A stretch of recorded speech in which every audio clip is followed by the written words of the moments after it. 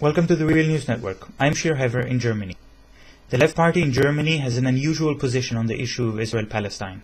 Compared with most left parties and movements in Europe, the party is reluctant to criticize Israel's policies of occupation, apartheid and colonialism.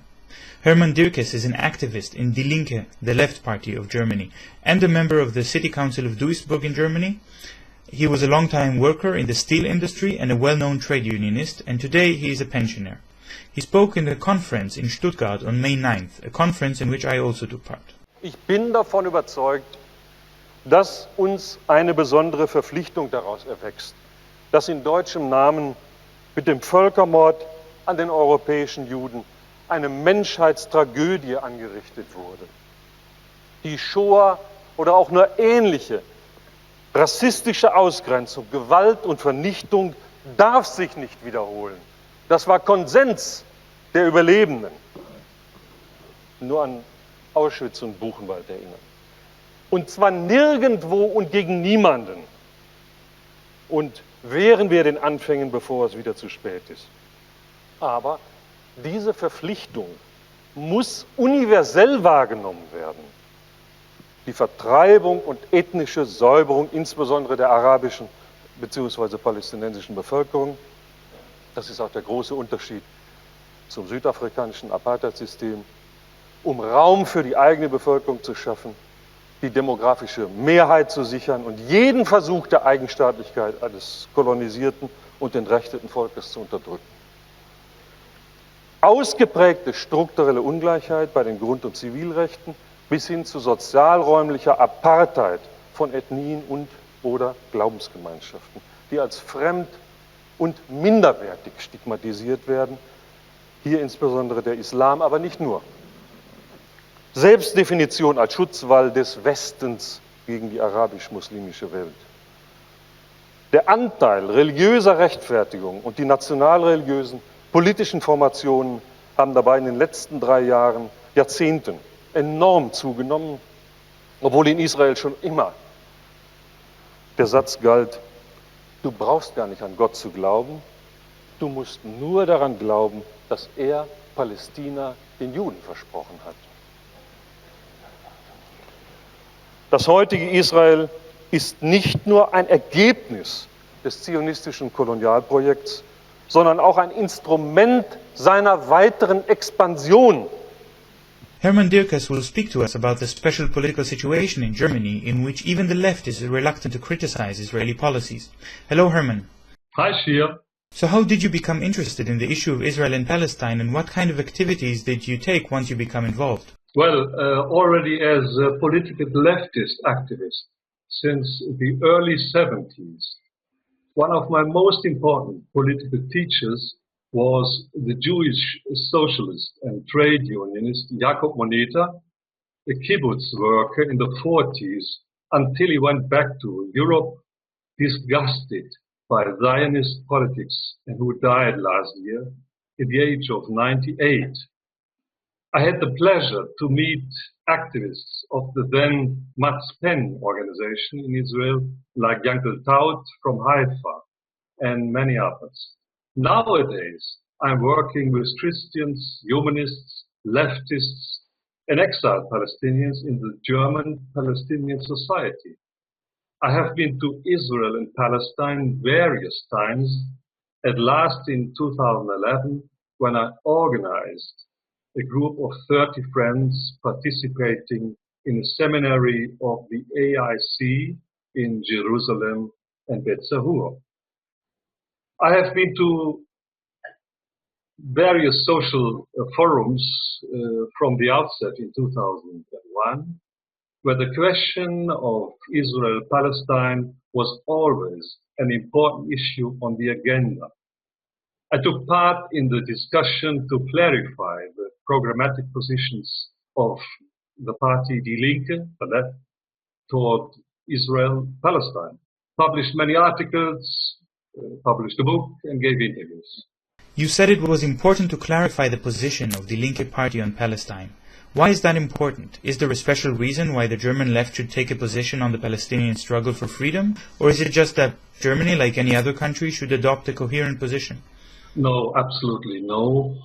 We have the historic burden, the Judeo-side, and a certain obligation for the left. Even nowadays, you can jump out of history and you have to work on it. And Germany is one of the most important states with trading with Israel.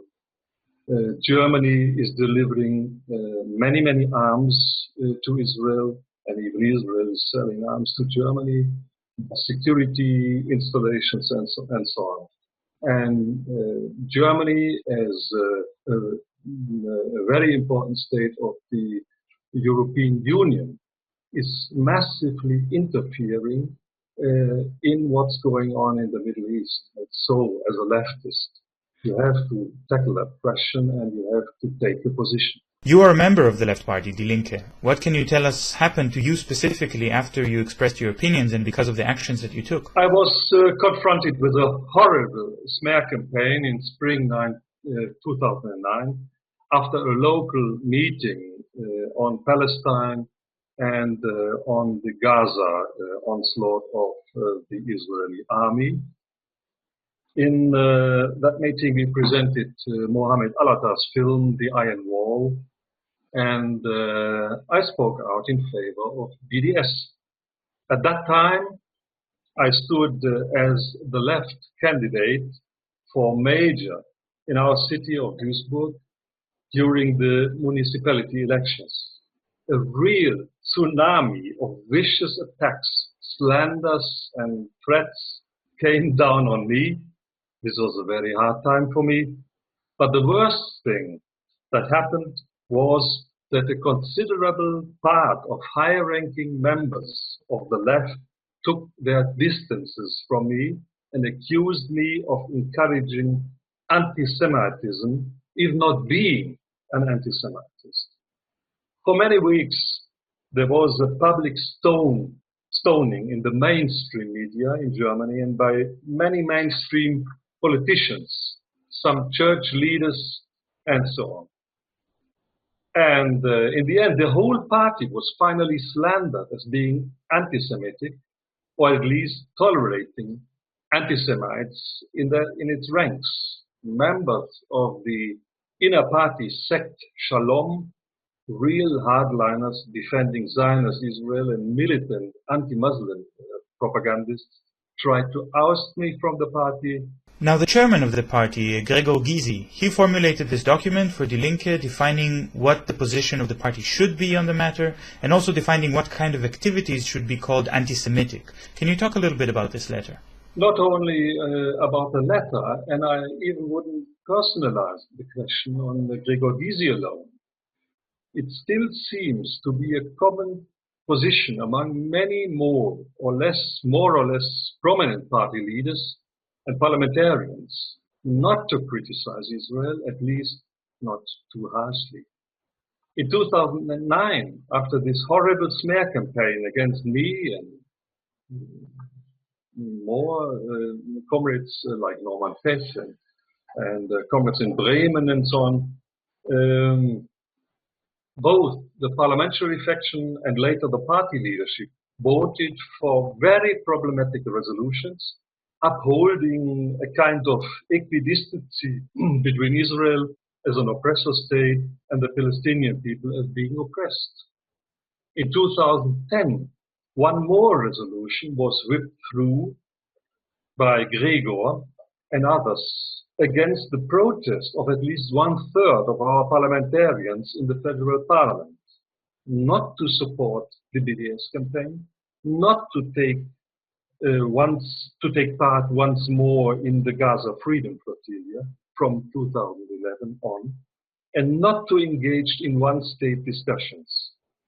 In the new party program adopted by the Erfurt Conference in late 2011, the mere discussion of amendments to the draft program was suppressed as to whip through positions like we fight against any kind of anti-Semitism, the left is in particular obliged to defend the right of existence of Israel, and we should strive for a two-state solution as the only way to solve the conflict. So the left party in Germany is saying that there is only one solution, and they want to impose the two-state solution on the Palestinians. That's the official position. And there is, in my opinion, no clear definition at all what falls into the category of anti-Semitism. The party members should not take action, utter ideas or join movements due to many statements of party leaders like Gregor and others, whenever they create the impression of being anti-Semite or anti-Israel. BDS, the Freedom Flotilla, and the discussion about an alternative Palestinian or Palestinian Jewish statehood is regularly included in this way of reasoning. Of course, the main purpose of that kind of verdicts and resolutions is to silence the party, foremost that party who thinks different or is even engaged in the solidarity movement. For our viewers who don't know, BDS stands for Boycott, Divestment and Sanctions, and it's a global movement to put economic and cultural pressure on Israel to end its colonial apartheid and occupation policies. The Freedom Flotilla is a movement which attempts to break the siege on the Gaza Strip by sending ships loaded with humanitarian supplies. Now, you're describing about the left party in Germany something which sounds rather unusual. We see in most countries in Europe and around the world that the left parties tend to be more in solidarity with the Palestinians, or at the very least more critical of Israel. And it's also consistent with left politics in general to take the side of the repressed and the weak. But why would you say that in Germany the situation is so different? Why is the left party taking this position of unconditional support to Israel, even to the point where they harass and attack members of the party who express solidarity with Palestinians? The solidarity movement rightly so criticized this stance positioning of the party, including many Israeli peace activists and Palestinians. I am fighting with many others to correct this politics of the left party, but we still have a long way to go. In my opinion, one main reason for this kind of positioning is to prepare for a governmental coalition. If you nowadays in Germany will enter on the Land, the federal state of Germany, the federal states, or in the federation, a government, and you will have it together, let's say, with the Green Party or Social Democrats.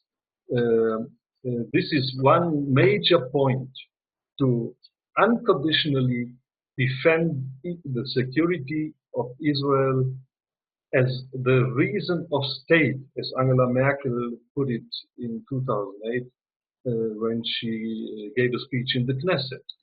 Raison d'etat, the French term for a reason of state.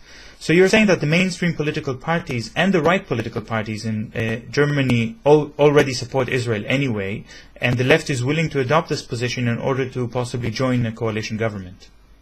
Yes, but it's also part and parcel of the politics of the Green Party, and it's still the main reasoning of Social Democrats as well. Well, thank you very much for joining us, Herman. Goodbye. And thank you for joining us on the Real News Network.